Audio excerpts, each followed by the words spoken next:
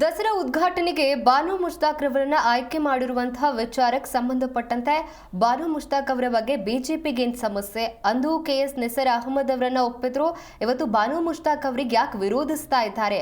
ಇದು ಬಿಜೆಪಿ ಸಂಕುಚಿತ ಮನೋಭಾವವನ್ನ ತೋರಿಸುತ್ತೆ ಅಂತ ಬಿಜೆಪಿ ಆರೋಪಕ್ಕೆ ದಿನೇಶ್ ಗುಂಡೂರಾವ್ ತಿರುಗೇಟನ್ನ ಕೊಟ್ಟಿದ್ದಾರೆ. ಬೇಕು ಅಂತ ಏನಿಲ್ಲ, ಅವ್ರ ಅಭಿಪ್ರಾಯ ಕೊಟ್ಟಿದ್ದಾರೆ. ಅದೇನು ತಪ್ಪು ಅಭಿಪ್ರಾಯ ಅಂತ ಹೇಳೋದಿಲ್ಲ. ಆದ್ರೆ ಒಂದು ಉದ್ಘಾಟನೆಗೆ ಇಬ್ಬರನ್ನ ಕರೆಯೋದು ಅದು ಸರ್ಕಾರ ಒಂದು ತೀರ್ಮಾನ ಆ ಥರ ಮಾಡಿಲ್ಲ.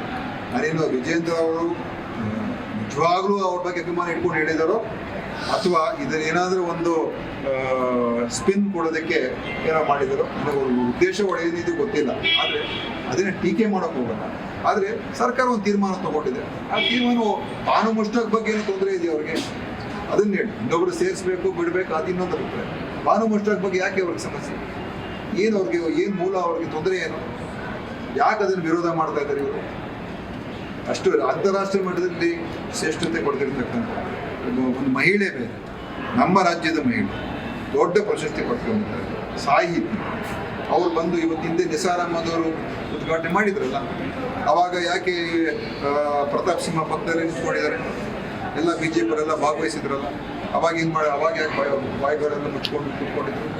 ಪ್ರತಿಯೊಂದರಲ್ಲೂ ಕೂಡ ರಾಜಕಾರಣ ಮಾಡೋದು ಬಿಡಿ. ಸಮಾಜವನ್ನು ಈ ಥರ ಒಂದು ತೊಂದರೆಗೆ ಸಿಗಾಡಿಸ್ಬೇಕು. ಬೇರೆ ವಿಷಯ